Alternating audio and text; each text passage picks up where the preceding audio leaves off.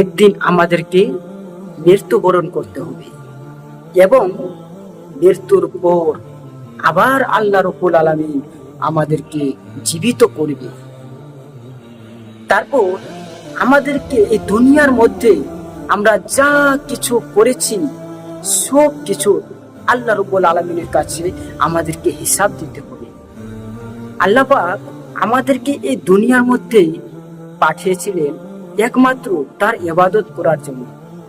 যদি আমরা এই দুনিয়ার মধ্যে ইবাদত না করে থাকি, এই দুনিয়ার মধ্যে যদি আমরা অন্যায় জুলুম নানা ধরনের খারাপ কাজ করে থাকি এবং আল্লাহর ইবাদতকে যদি আমরা না করি, তাহলে কি উপায় হবে? সেই হাসরের ময়দানে, যে ময়দানটা হবে এক একটা দিন 50 বছরের, 50,000 বছরের।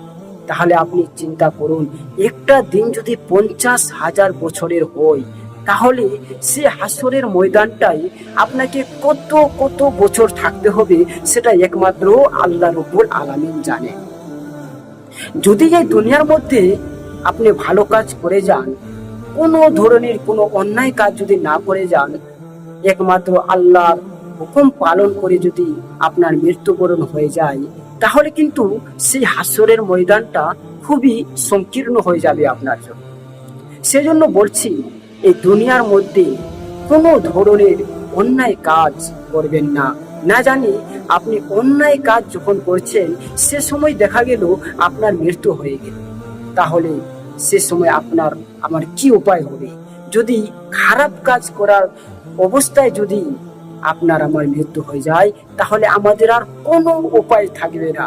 সেজন্য বলছি, সব সময় আল্লাহকে স্মরণ করুন, আল্লাহর জাহান্নামকে ভয় করুন।